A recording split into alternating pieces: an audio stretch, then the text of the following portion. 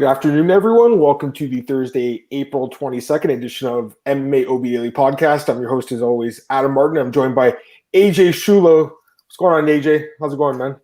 Not much, Adam. We got PFL ahead of us. Looking forward to it. No Bellator this week. No Bellator for a couple weeks here, but we got PFL and UFC to keep us excited in the meantime. So looking forward to breaking down these fights with you.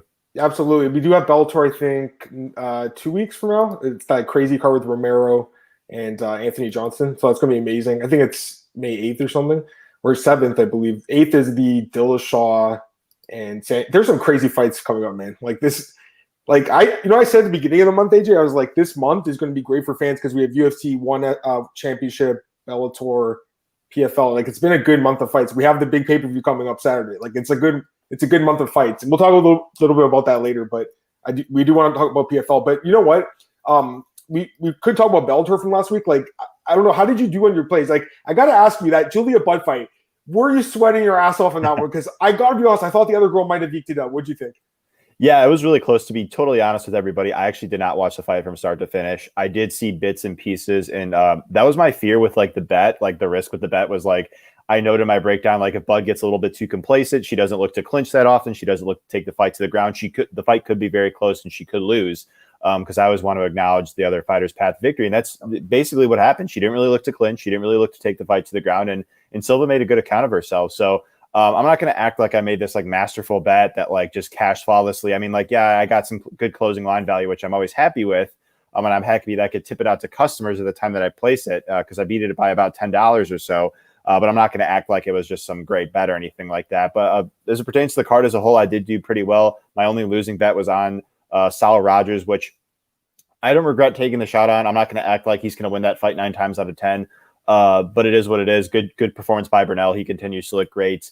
I had my play on Bud, Nemkov, and then I also had a play on the under 2.5 rounds for Daly and Homasi, which was just a great fight. I really want to go back and watch that fight because that's another one that I missed. But maybe you can fill me in on that. Oh, man, that was like fight of the year maybe. I mean, that was an amazing fight. Like, if people missed that fight was sick, man. I was talking with Marcel the other day. That fight was amazing. Like, both guys dropped each other. Daly ends up getting the finish. I like Paul Daly there too. I think he was like minus 175. That was a good line on him. You know, he's a proven guy. He's like a guy that fights for your money. So I like him there. We should talk about PFL now. We got a pretty decent card. I mean, there's a lot of guys that I think a lot of us aren't too familiar with, like just being totally honest. But there are some big names on this card, like Anthony Pettis. Let me just pull it up here. Screen going. Hey, Kevin's here. Kevin, what's going on, man? 1 second. PFL. And Kevin said, did you guys see Hands of Stone last night? I love that little lunatic. Yeah, dude. John Lineker looked amazing. So I wanted to bet on him, but he was like minus 600 at my book. So I was like, man, I can't do it. And then the other guy was minus 200 or something. Like, even if I parlayed them, I would have still had to lay like big juice. I was like, I can't do it. Like, especially one championship, man, after seeing that first card, I got scared that someone might get red carded. Like, Lineker does something crazy and gets red carded, so it scared me. Anyways, let's talk about this card. We got 10 fights. Let's start with the bottom as always, guys. Lloyd Radzhabov against Alex Martinez. It's a lightweight bout. This is a regular season fight. These are all, I think they're all 3-round fights, if I'm not mistaken. Yeah, they're all 3-round fights. So none of those funny 2-round fights, AJ, in PFL where you like end up, I don't even know how they do it for like per bets, man. Because PFL is it's great, but the 2-round thing kind of throws me off a little bit. Like, they had a lot of draws, and then the judge has to make a decision. It's kind of weird. Anyways, let's talk about this fight. Lloyd Radzhabov, Alex Martinez. Odds, according to Best Fight Odds. All right, minus 425 for Radzhabov, plus 320 for Martinez. So I'll just start like Radzhabov. Obviously, he's been in PFL, so we know him, and he's been pretty good. Nice record there, 30-2-1, German fighter, born in Tajikistan. But anyways, yeah, I mean, he's proven himself. Like, he's fought all the tough guys in PFL. He did lose to some pretty good guys, and Nathan Schulte, who's amazing, who's underrated, and Rashid Magomedov. I mean, overall, he's a good grappler. And in this fight, he takes on this guy, Alex Martinez. Take a look at this dude. 7-0, undefeated fighter. Oh, wow, he's fighting out of Canada. I'm not familiar with him. I'm not going to lie. He trains under Bill Mahood, who used to fight in the UFC. That's crazy. Overall, I mean, you could tell he's okay. He's fought in Hard Knocks and stuff. I should know who this guy is probably, because he is Canadian and everything. But there's so many fighters out there, man. Like, some of these guys are new to me too.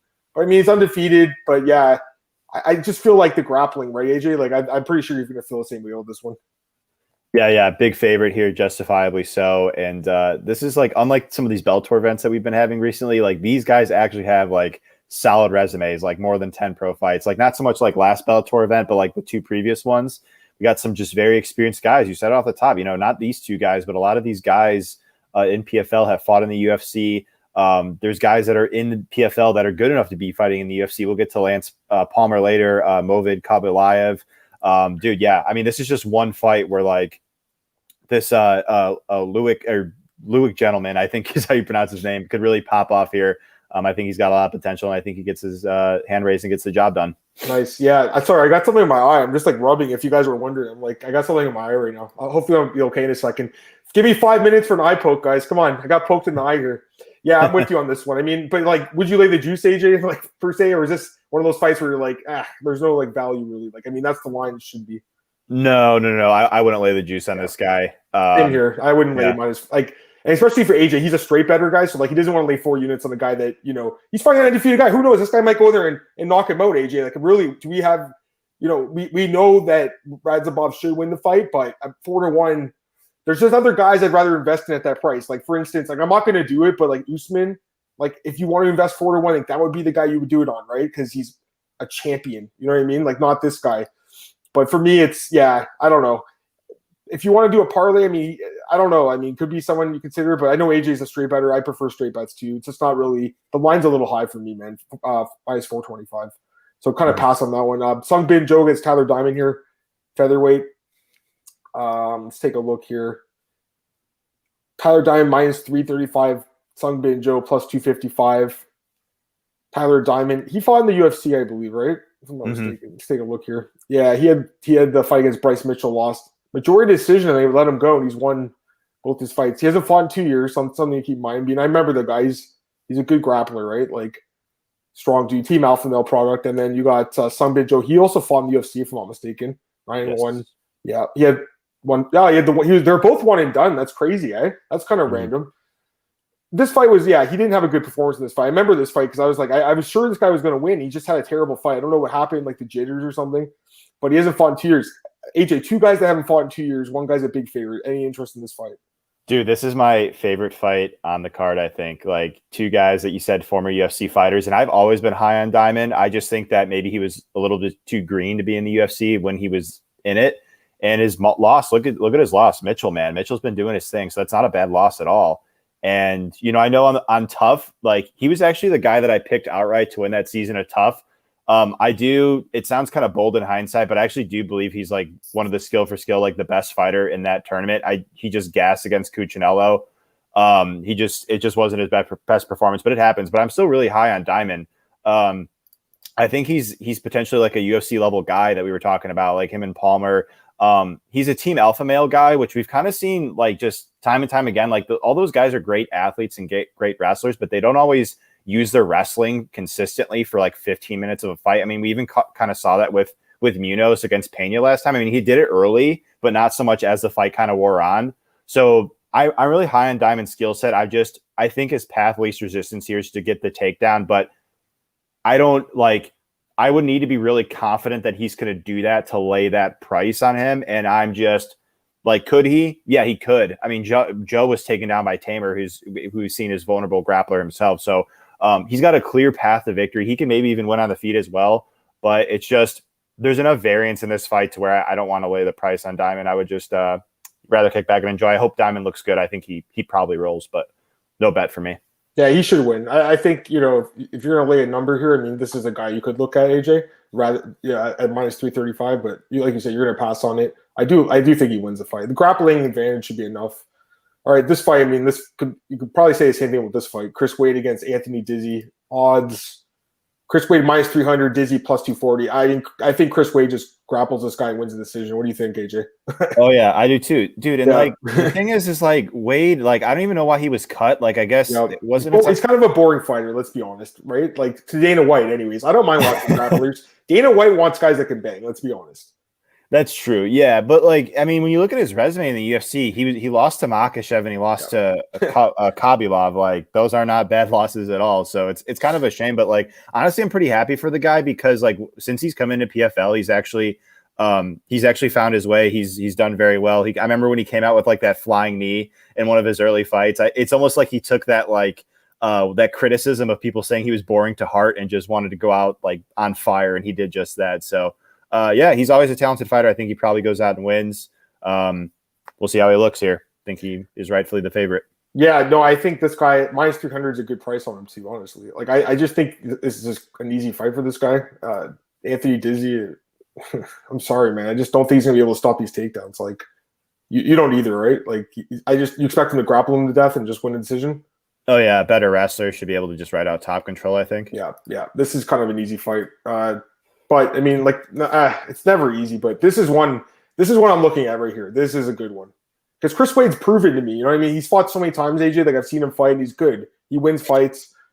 Yeah, he'll struggle with like better wrestlers that have striking. That's who the guys will struggle with. But I think this guy he could beat. Next fight here: Akhmed Aliyev against Mikhail Odinstov. Alrighty.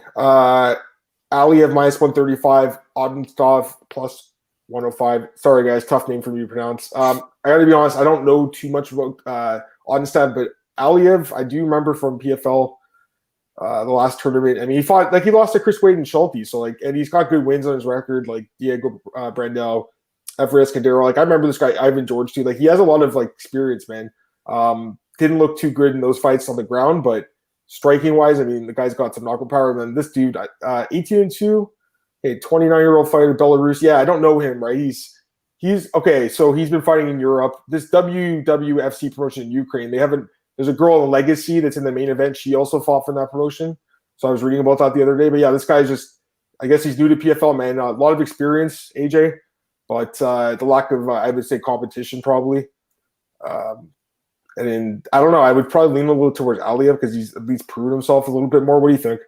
Yeah, I would lean toward Aliyev a bit more too. I mean, we had like, not to say the exact thing will happen here, but I always kind of lean with the more proven guys like Corey Anderson versus Yagshur Muradov. Like, I mean, yeah, Yagshur Muradov, there's some things I liked about him on some of his regional footage, but like we didn't really know how he would fare against a guy who's been tested against UFC fighters. And I know this isn't a UFC fight, but like at least PFL, they have better competition than most promotions. So I always think that that's important to be mindful of because you just don't really know. Like, yeah, a guy could look great on film, but like, how good are these guys that he's doing this to? How good are they actually in comparison to the guys that Aliyev has faced? So, I mean, this guy's very talented. They both are, but this is nothing. This is one of these fights I want nothing to do with from a betting perspective because it's just hard for me to gauge like how good this guy truly is based on the level of comp.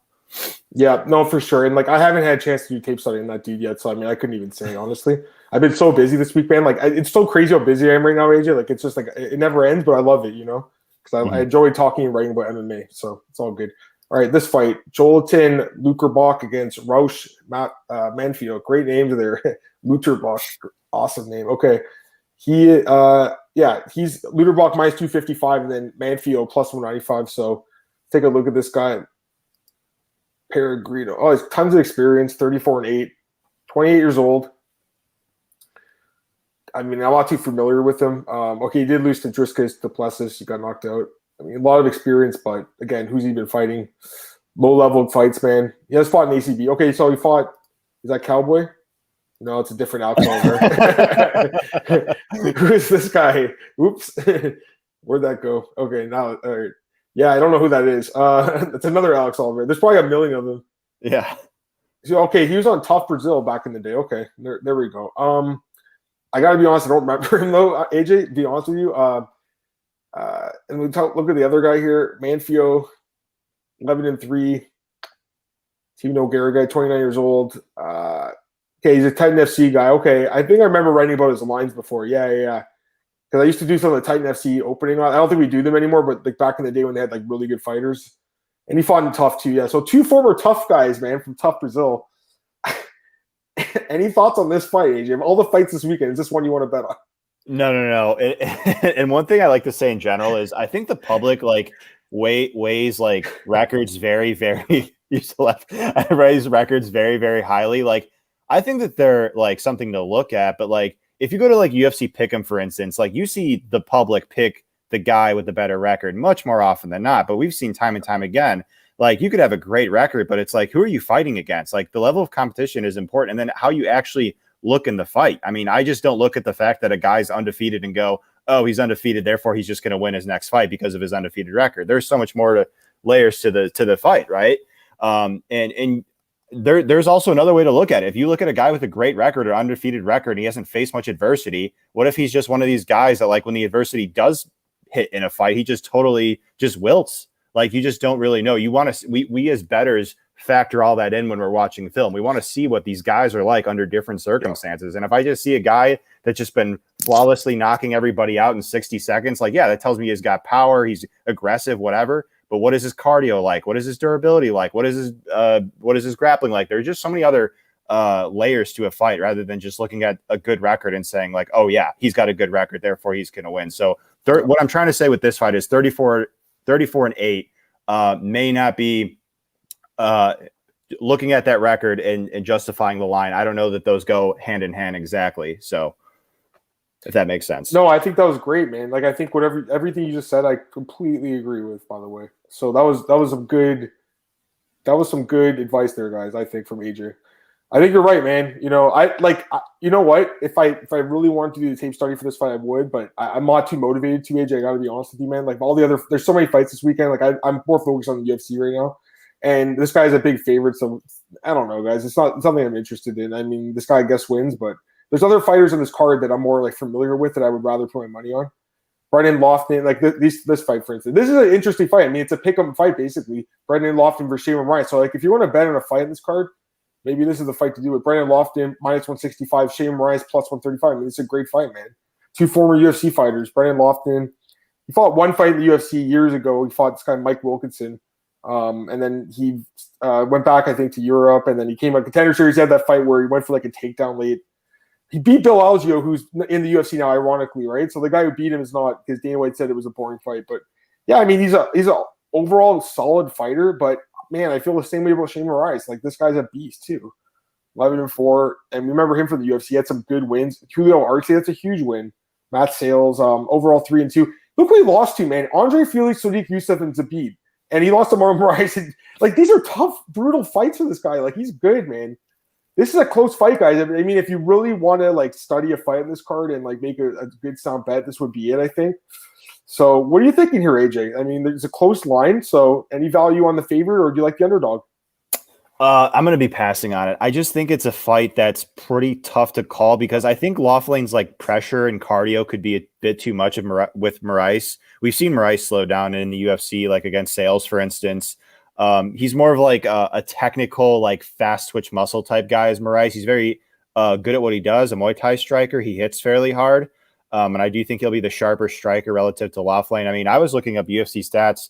Laughlin absorbed 147 significant strikes against Bill Algeo on the Contender Series. I mean, I don't think that Moraes has that kind of volume in him, but it tells me that Laughlin is hittable enough to where Moraes has openings here to land something hard and who knows, maybe even hurt him. I don't think Moraes has the best takedown defense either. I don't think Laughlin's an elite wrestler, but he does have that as like sort of another path to victory, I guess. So I think it's going to be like pace and volume versus like technique and power on the Moraes side. Pace and pressure on the Laughlin side. So I actually am, even though I don't want to bet this fight, I'm actually like really excited to view this fight. Oh, this just like awesome. The Diamond fight. Yeah, I'm with you completely. This is probably like the most competitive fight in the card, I'd say.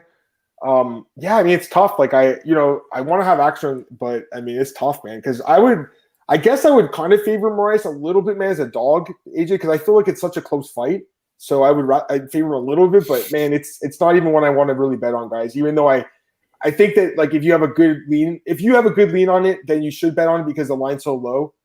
So that's what I would say about this one. But for me, it would be a pass to AJ because I feel like it's hard to call, man. It is. Yeah, but Moraes is a really good fighter, guys, and he'll make Laughlin work for it. Like, even if Laughlin wins, it's gonna be a war, man. It should be a good fight. This card's pretty solid. I mean, this fight's interesting too. Lance Palmer against Bob Jenkins, so two wrestlers going out of here. Palmer, I think, is a big favorite here. Yeah, minus 400. Jenkins plus 310. I mean, AJ, Lance Palmer's a guy that wins. He's a guy that you can kind of like feel good about with your money. You like him here. Yeah, of course I like him here to win. As far as a bet goes, I haven't really of course. done it. No worries. You don't have to give it out either. No worries. Yeah, no, but I like him. I mean, yeah, He's Palmer is a amazing. guy that's super reliable, as you can see on his resume. He's a very high level fighter, good wrestler, good grappler, and he's just a winner, right? He lost on his most recent loss was to Andre Harrison, but he avenged that loss. And even in that fight, wasn't there like some weird circumstances? Wasn't he fighting like twice in the same day, or maybe that was He the did. He second fought time? twice in the same night. Yeah, exactly. Oh, and the first time, yeah. First time was that he just lost. You know, it happens, right? But he avenged the loss, and he hasn't lost since. He's just amazing, man. He fought this Yeah, guy Alex Gilpin 3 times in the same season. That was stupid, but yeah, just a injuries and stuff. stud. He Yeah, is hasn't he won million twice? twice. Yeah. He's doing Wow. good, man. I mean, listen, he's a guy that should be in the UFC, guys, but I think he actually probably does better in PFL, AJ, than he would in the UFC. No doubt about it, really, right? Because he's winning $1 million. He's going to do the UFC? Probably not. So, yeah, he's a Team Alpha Male guy too, actually. They seem to recruit out. Yeah. Also, I missed this comment for you, Kevin. He said, Helwani has to be crying. Offense on the prelims due the biggest draw in combat sports. Yeah, I mean, he should have been in the UFC. I'll just say that. I think Dana White kind of screwed him. But yeah, Bubba Jenkins, I mean, listen, he's a guy with a lot of experience, AJ. He's fought in Bellator, very familiar with him, but a lot of losses, a lot of flaws in his game. I just feel like, you know, in a battle of wrestlers and grapplers, I just feel like Palmer's better, and he's probably the better striker too. I feel good about him here, AJ. I like Lance Palmer in this fight, man. You know, I think he's a rightful favorite at minus 400. That's a good, fair line on Lance Palmer, I think, in this fight. But here's the thing. I think so far we've basically been saying all these big favorites are going to win. AJ, are all the big favorites in this card going to win? No. Someone's going to upset the apple cart. I know it, man. There's going to be someone like people are going to just probably parlay the big favorites, which is not something I would recommend because based on the PFL's past couple seasons, there's always a few big upsets on every card. There was a few upsets like that guy Nurmagomedov, Abubakar. I think didn't he lose on the? I think it was him or someone like that. Anyways, there was a big upset. I think it was him actually. Yeah, and PFL when he lost, he was like minus. Let me double check, AJ. I don't want to just think I'm talking in my butt here. Pretty sure I'm right though. Abubakar, yeah. He fought this guy Pavel Kush. He was minus 1600, AJ, and he lost. So he got like rocked and submitted, right? Yeah, that's exactly what happened. You remember that one? Yeah, there was two, and I think it was. Was it Laurentino, the guy that knocked out Jeremy Kennedy? I know he was a huge upset too. There was someone else. Yep. What was the other one? Remind me of Shields. Yeah, and Jake Shields went. Ray Cooper, I don't think a lot of us expected that to happen, you know, knocked him out. There's another upset too. There was a big one in PFL. I can't remember right now. Let me Google it. Upset. I'm sure I wrote about it. I just can't remember it. Okay, here we go. Nurmagomedov, Kush too. That was the other one. Oh, sorry. I just said that. Excuse me. There was another one. Oh, here. Shields and Cooper, yeah, and those two ones. And there was another one, too, I think. Going through the list. Yusupov, Cleveland was a big one. There's another one I can't remember anyways. So, yeah, I mean, PFL, any promotion has them, right? You got to be careful of that. That's why you can't just blindly lay juice. That's what it is. All right. Go ahead. Sorry. No, you're good. Was it Kobylaev versus It could have been. Who did the guy in the UFC now? The guy that just lost to Cub Swanson. You know who Pineda, right? Oh yes, that's the one too, man. Man, I didn't expect that guy to win. Like he won the tournament. I think he tested positive or something afterwards, but yeah. But he had a good run in the tournament. Anyways, let's go to the next fight. Mavli Kaibuliev, there you go, and then he takes on Lazavar Stojanovic, and according to the odds on this one, PFL minus 700 for Kaibuliev, and the dog is plus 460. Yeah, I mean this. I think this one's pretty straightforward. AJ, this guy's an absolute. He called the killer, and man, he's pretty good. Like, yeah, he had a draw, and then like you said, he lost. This is the fight he lost, right? It was a big upset, but the guy was juiced, I think, in that fight. This was an insane knockout. That one, Damon Jackson, crazy. Mm-hmm. Having a draw with Andre Harrison, nothing to shame with. Like that guy's pretty good, and overall, I mean, he's undefeated. He's good, AJ, and then his opponent here. Take a look at this guy, Lazar. Bronx Bomber, okay, but he trains in Vegas, okay. He's fought he fought in Contender Series, yep.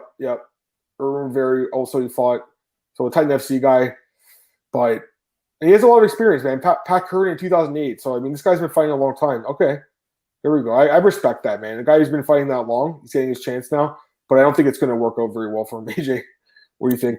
Yeah, I think Kobylaev probably rolls. Dude, I actually bet Andre Harrison against him, and like I did not think that bet should have drew. Dude, he dropped Andre. Yeah. And that, which is not easy to do. This guy's super dangerous, as you touched on. And I thought he was being more active than Andre. I think I was pretty lucky that bet was a draw, because I thought Khabibulov won that fight pretty clear. But that shows the type of level that he's on, right? The fact that he was competing and arguably beat Harrison, who's been like a staple in PFL. Him and Palmer, right? And then obviously you got Kayla Harrison and other fighters, but those few have been big contributors to PFL, right? They're like the faces of PFL. So yeah, this dude's a stud. Yeah, I think he probably goes out and rolls. He's facing a guy that's been, like you touched on, been knocked out more than once. So I think he probably finishes this guy. I don't know if there's even totals for. Actually, no, there actually is a total. Okay, this dude by finish? I guess it's -135, but that's a better line than -700. I think he finishes this guy. So. Yeah, if you want to do it like that, I don't know. I try to stay away from props. I feel like I always lose on them, so I just stay away from. I just like betting on winner or loser, man. That's what I like. It's just I don't have to my mind doesn't have to go insane thinking about it as much, although it does anyways. I think about these fights so much, man. Ray Cooper was +900. Yeah, that was crazy. You're right, Kevin. It was 100%. You're right. What you said about those two fights. All right, two more fights here. Nate Schulte gets Marcin Held. This is another fun fight. Marcin Held. Dude, he has a win over your boy Nasrat Haqparast, and he's a guy who's experienced in Bellator fight. Like Michael Chandler gave Michael Chandler problems on the ground. Schulte's been an absolute monster, two-time winner as well, $2 million. So he's been amazing. I mean, he's been a guy. If you've been betting on him, you've been making good money on him because he doesn't lose in PFL. Right now, he's -470. Held +345. Can you make an argument for the dog in this one, AJ? I mean, I can, but it's just not a very good one. Like Held is just he's a very good submission grappler, but he's just very one-dimensional. We even saw that kind of in the UFC. He can land some takedowns, but he's not a great wrestler. I mean, he could chain together takedowns fairly well, but if he's forced to stand or if you give him some resistance, he could tire out. He's been knocked out. He's been hurt more than once.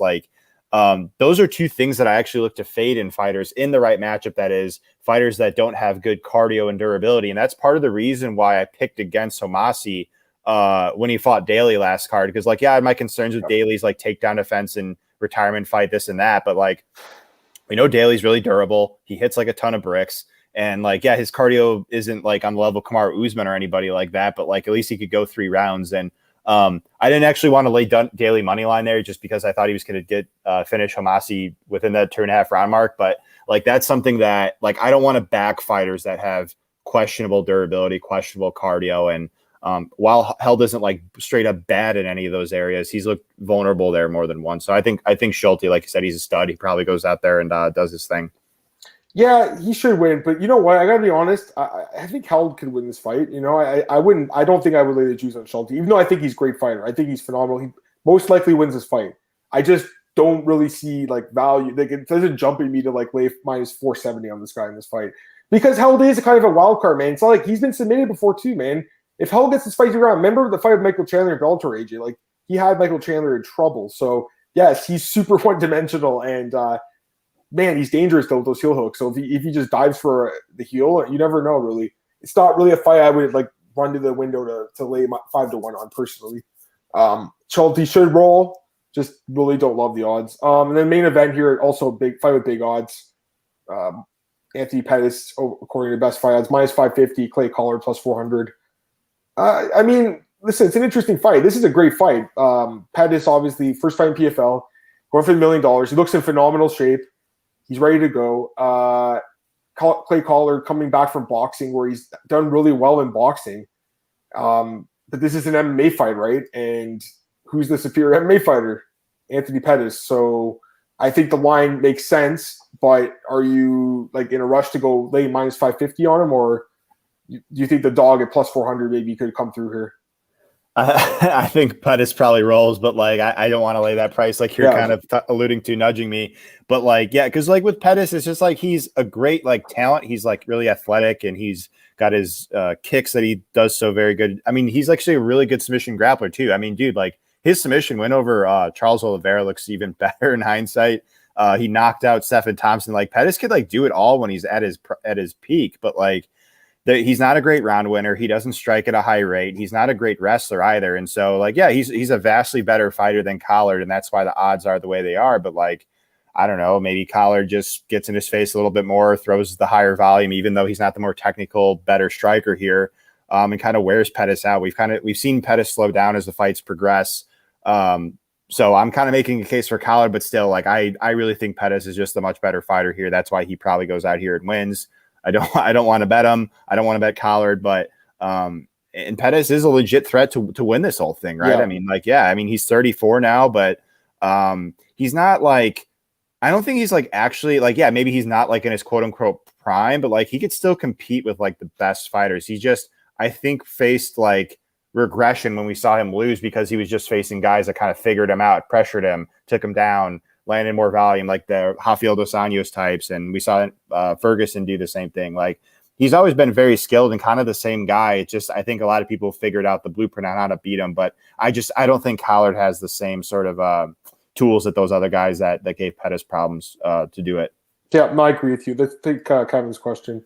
Who's the biggest bust in UFC? Held, Will Brooks, or Lombard? Okay, so, man, as someone who used to watch a lot of Bellator, like, I had high hopes for all three of the guys, but except Will Brooks, I never thought he was as good as maybe some people thought, because I felt like those fights with Michael Chandler, like the one fight was a decision that I thought Chandler should have won. The other fight was this weird TKO where he just got his lights shut off and called for a timeout. And this fight, it was a really weird ending, right? Will Brooks was a guy I never really was sold on the way, because he basically got signed to the UFC based off those big wins over Chandler, right? But he was kind of a bust, and then Held. I mean, because of the submissions, a lot of us wanted to see him fight in the UFC.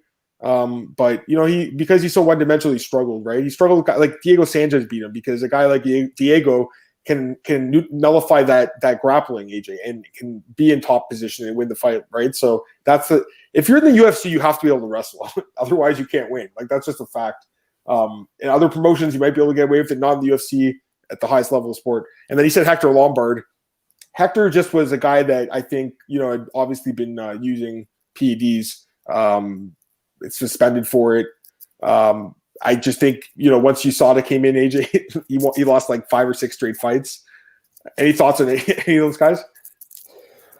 I guess I would say Brooks, just because, like, I don't know, like, he just was such a big favorite. I mean, I know all of them are like big favorites in a lot of their matchups, but like the Nick Lentz fight was just pretty concerning, because like he had Lentz figured out, and then he just like made a mistake going for the guillotine, and then or Lentz got the guillotine on him in round 2 after like almost getting in round 1. The Oliveira fight was just a weird fight. He got stopped on the ground.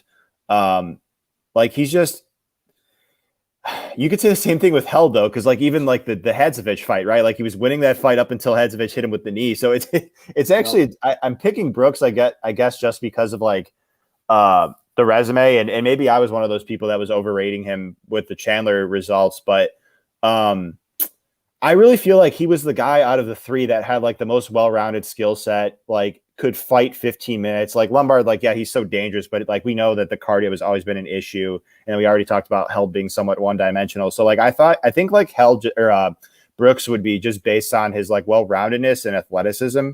I think that he probably had the highest ceiling at face value based on that. And so, and it's unfortunate too, but it is what it is. He got one win over Ross Pearson. Yeah. I bet him on that fight. I liked him in that fight. I did profit in that fight on him, but I don't know if I bet him. I don't think I did, just because the lines were so inflated because of the hype, right? It's all hype too, AJ, right? But I don't know what happened to him. He just fell apart kind of at like a early stage in his career, which is weird, right? You thought that he would, be a pretty good fighter, I think, or a contender anyways. So that's it for that. What else have we got? There's ACA. I mean, do you have any interest in betting that promotion, ACA? Do you watch it, or? I mean, I watch it for film study when there's fighters, right? Like, fighters that are got on it. Yeah. Let's do that one. Let's do that. Let's try that right now. Yeah, I know what you're saying. I'll watch like that guy, Dovechan, obviously. And there's some guys, like, I think there is profit to be made, though. I will say that, because if you really do your tape study on these small events, AJ, I'm sure you can find value. I'm going to give you a funny story. So I was telling you I started working for that company, Spectation Sports, and, we cover some regional MMA, right? They have a deal with Like it's like these guys are bad, bro. I was telling you about it. Like some of these guys are good prospects though. It's called Showcase. Let's look at this. Actually, I want to show this to you. Okay, Rumble on the River. I think I was telling you about this a few weeks ago. I can't remember now, but there was an event in like South Carolina or something the other day. Let's pull it up here. So I did the article on it, right? So they told me write a preview of this. So man, I could have just did it. I could have been lazy like some people would and just look at Tapology and write a preview based on that. But I actually did the tape study on these guys. I actually did it, man. And I'm glad I did because you know what? I wrote my article and everything I wrote came to be. I didn't even know what the odds were at that point. So I just was like, I would favor this guy. And then when the odds came out, both guys that I liked were only like minus 150. So but the thing is, the sports book is called Action 24/7, I believe it's called. It's only in Tennessee. It's an online sports book in Tennessee. I had no way to bet it. I would have fucking smashed those lines because I did the tape study. I'm like, damn, these other guys are terrible. Like this one guy panics on the ground, AJ. Like this is crazy. I'm gonna show you I'll show you look at the finishes here. So this guy Brandon Bouchard, I said he's a wrestler. He's gonna take the fight to the ground, finish him. And then this guy Oxy said he's gonna take the fight to the ground, finish this guy. Because these guys are like low level fighters, AJ. Like we'll take a look at this guy, 6-4. But I mean, I actually did the tape story, man. I looked on YouTube. I looked up this guy's fights. There was only a couple of them, but I could kind of get a sense of what he was. Here's the thing: like these guys, they're not good fighters, obviously, but eventually, some guys do break through for the regional scene, man. And someone's got to start somewhere, right? Like these guys aren't great, but this guy, he won his last fight and last 4 fights now. And he's saying, get me on Contender Series and stuff. So this guy, he's been talking a big game. I don't know if his record's good enough, 4-3, but he's been winning his fights at present. It's called Showcase MMA. They're trying to showcase some talent. But here's the thing, AJ, and someone told me that they said for these regional scene fights, remember that the promoters are trying that they book an A side versus a B side on these regional scene fights. So I kept that in mind, and I was like, who do they want to win? In this case, these guys, they wanted to win, matched up so well, and I just had no way to bet the fight. I would have crushed those lines. They were both minus 150. I would have laid fucking max bet on both those guys. That would be hilarious. Just because the other guys are so bad, bro. I think the limit was like $100 anyways, but I actually would have made the bet if I could. Because, like, for instance, this guy's Lloyd Thornton, right? He's a professional fighter, 5-12 record. But look at his losses, right? And I actually watched the fights, and I'm like, he really is that bad in the ground. Like, he really is that bad. He just panics. I've never seen it before, man. It's crazy. Guys get taken down. They panic and tap right away. There was another guy in this card. I think I was telling about this dude. 15-95. Whoa, that is a crazy record. So he's kind of like a scrub, a can, right? They call this guy, he's a can. They bring him in to fight.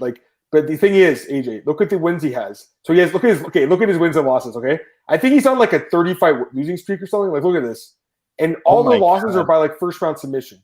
Like he gets taken down right away and submitted, but he's fought a lot of guys. And I'm going to show you some of the wins he has, which is crazy. He has a win over Gerald Mershar from 2007. So I guess 14 years ago, he could finish you. Like he's a guy, literally, AJ, I had to see how bad he actually was. He really is as bad as his record is. He's terrible because he has about 1 minute of cardio. He goes all out for the first minute, gasses out, gets taken down, gets his back taken, and gets straight. It's that bad. It is so bad.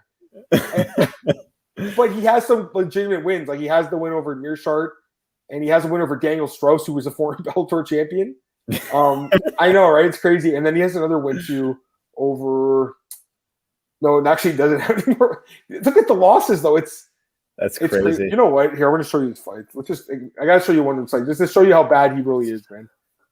You got to be punished with the tape study with this guy too, AJ.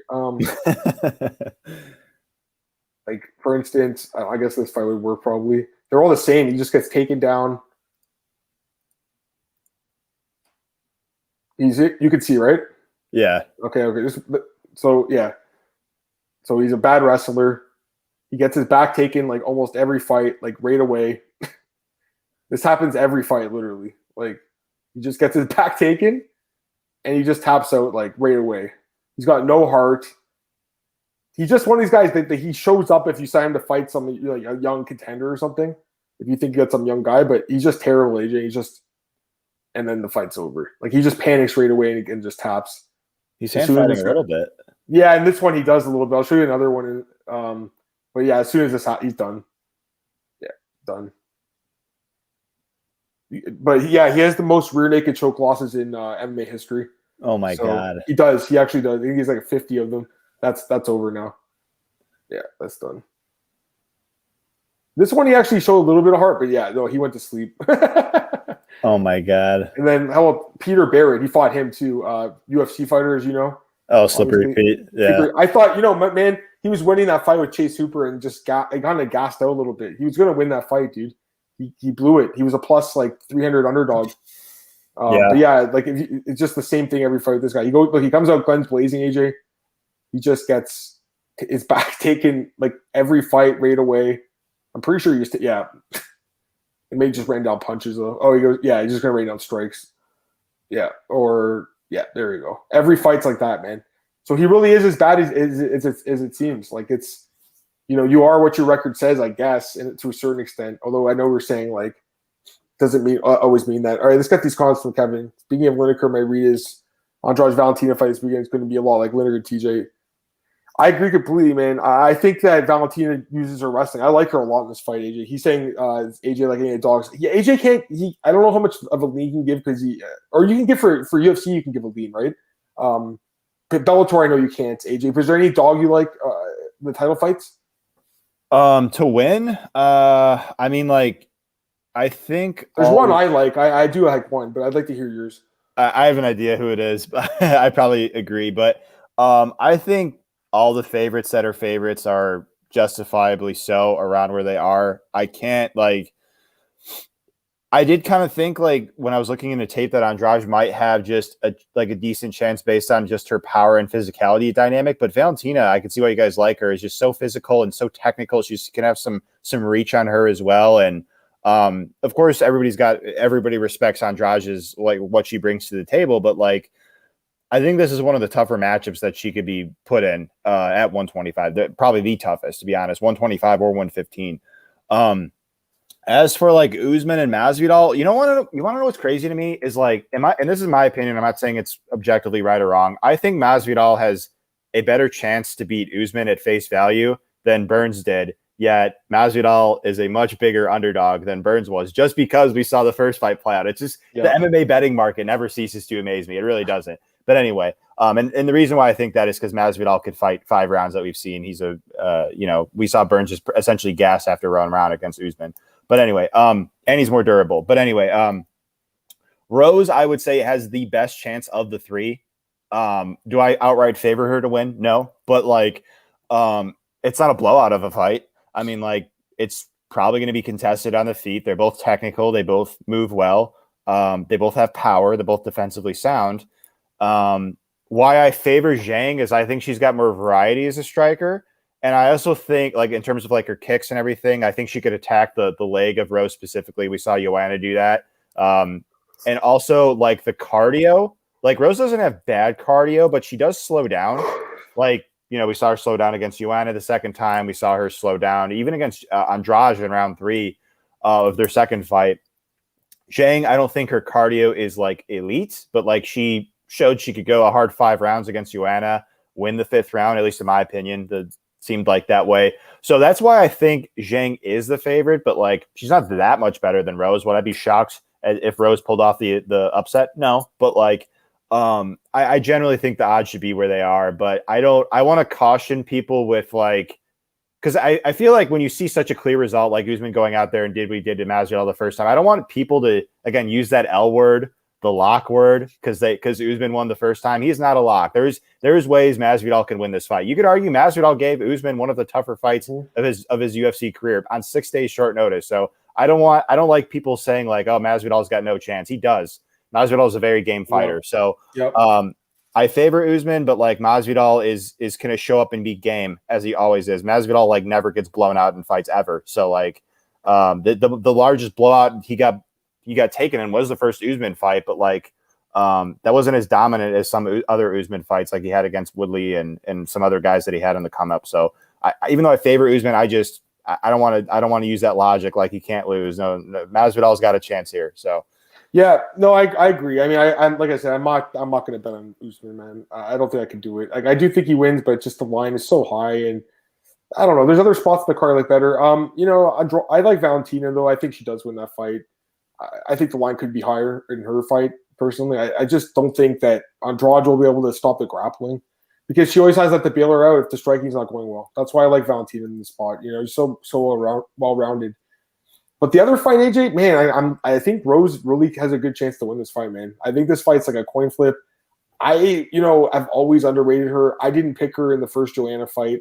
I don't know if I did in the second either. I can't remember, but the first one I did, and I was surprised. But going back and watching her fights, man, she's so good and she moves really well. And like she's got a good team, good coach, Trevor Whitman, great coach, man. Usman's coach too.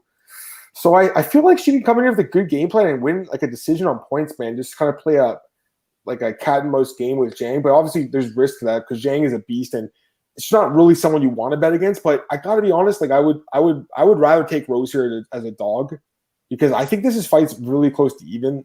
I don't know if you have any more thoughts on this fight. And then Kevin's comment. He said a lot of the good female fighters in the sport. Yeah, some of the best are fighting. Yeah, I mean, AJ, I would say as a dog, I would say of the three, I would give Rose the best chance, followed by Masvidal, and then followed by Andrade. Would you agree with that order, or? I'd say Rose would have the best chance, and then I would probably would say Masvidal next, and then Andrade. Yeah. Like, yeah, I know that's so obvious because that's what the odds suggest right now. True. Yeah, I mean, but we're gonna make our opinions, and I think that generally is right. Yeah, and it's like we talked about. It wouldn't be this result. Like I'm so shocked Rose beats Zhang, even though I'm favoring Zhang. I like to be open-minded when I'm betting fights because I don't want to act like these other fighters don't have a path to victory. They do, exactly. And sometimes they have multiple. So. Rose, she's proven she's a former champ. She's proven to be a high level fighter. And this is one of these fights, like the people like wiki capping, quote unquote, like, well, they'll look at Zhang. Oh, she's only lost one time and it was at her first fight. And Rose is like 9-4, whatever. Therefore, quote unquote, Rose has no chance. Like you got to look at the film. Like that's the thing that with records that gets me. I mean, it's like, yeah, it's impressive when a fighter has that many wins, but I don't just look at it and go, well, because Zhang is 22-1. That's why she beats Rose because Rose is 9-4. There's, the tape is much more important than just looking at purely records. So I agree with you, AJ. Anyways, I think that's it for today's podcast, though, man. I think we're done. I mean, I can't say too much more because I got to save for my podcast tomorrow with Elite Sports Betting, so I can't really get into my bets and stuff. But there's a few spots I like. I just feel like in general, though, there's some tricky fights in this card, I would say, and I would caution people from like just being, trusting some of these guys. I'm looking at more at some dogs in this card. I'll be honest with you, AJ. From a betting perspective, there's probably a couple dogs I'll be playing for like a unit each. So there's a couple favorites too, but again, I can't really get into it too much. Anyways, that's it for the podcast, guys. And Kevin, thanks for being in the chat today. AJ, thanks for coming on. Plug your stuff, man. Let's get out of here. Yeah. AJ contribute to dailyfanmma.com right now. Brett Apley's site doing that as well as MMA Oddsbreaker. Yeah. Follow me on Twitter right there. And cheers, Adam. Yep, thanks, man. And you guys know where to find me on Twitter. And I'll be back on Monday with Marcel, and it should be good. I'm just looking. Dana White apparently is doing a scrum right now. Let's just see some of the comments he's saying. I'll give you guys them right now. He just said that they're looking at Arizona for UFC 263. I think that's in June, so that's interesting. So they're just going to the states where they can bypass COVID regulations. Anyways, guys, have a good one, and I'll be back on Monday morning.